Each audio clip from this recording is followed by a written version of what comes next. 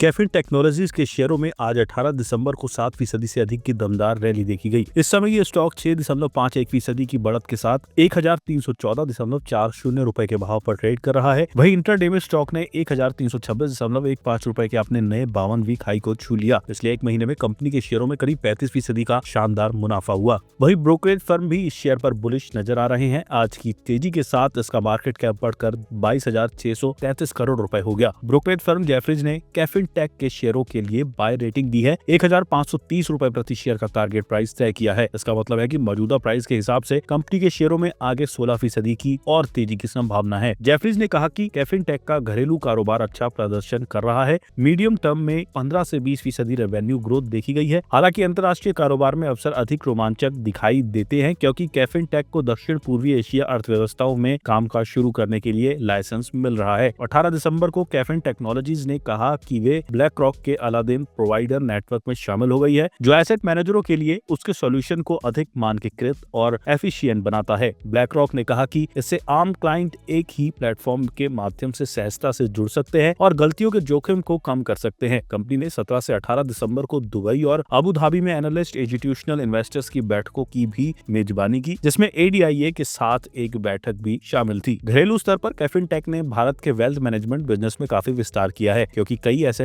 और investment managers ने अपने स्वयं के फंड बनाने के लिए ब्रांच खोली है। कंपनी ने हाल ही में बजाज हाउसिंग फाइनेंस और होंडाई मोटर इंडिया सहित प्रमुख IPO को मैनेज है और सितंबर तिमाही तक NSE 500 कंपनियों के बीच अपनी बाजार हिस्सेदारी को 48.2% तक बढ़ा दिया है। ग्लोबल लेवल पर भी कैफिन का कहना है कि इसमें उन देशों में विस्तार की मजबूत संभावना है जहां कंपनी पहले से मौजूद है, यानी मलेशिया, फिलीपींस, हांगकांग, सिंगापुर और थाईलैंड। कैफिन ने कहा कि इसका फोकस उन ऑफर पर रहा है जो इंटरनेशनल क्लाइंट्स के लिए ट्रांसफर एजेंसी बिजनेस के साथ साथ फंड अकाउंटिंग सर्विसेज को जोड़ती है। सितंबर तिमाही में कैफिन टेक के इंटरनेशनल बिजनेस में सालाना आधार पर 44% की वृद्धि हुई है और कंपनी ने कहा कि उसे मजबूत मांग और बढ़ते क्लाइंट्स बेस की उम्मीद है। कैफिन टेक को थाईलैंड में पूर्ण स्वामित्व वाली सब्सिडरी कंपनी स्थापित करने के लिए RBI से सैद्धांतिक मंजूरी भी मिल गई है, जिससे वे एक प्रमुख बाजार के रूप में दिखाता है जहां एसेट मैनेजमेंट बिजनेस तेजी से बढ़ रहा है। थाईलैंड का AUM भारत के AUM का 5वां हिस्सा है। सितंबर तिमाही में कैफिन टेक के रेवेन्यू में सालाना आधार पर 25% की वृद्धि देखी गई है, जिसमें 358 कॉर्पोरेट क्लाइंट जुड़े। सितंबर तिमाही तक कैफिन टेक का AUM 1.3 लाख करोड़ रुपए था। कंपनी ने कहा कि सितंबर तिमाही तक ये GIFT सिटी में सबसे बड़ी फंड एडमिनिस्ट्रेटर है।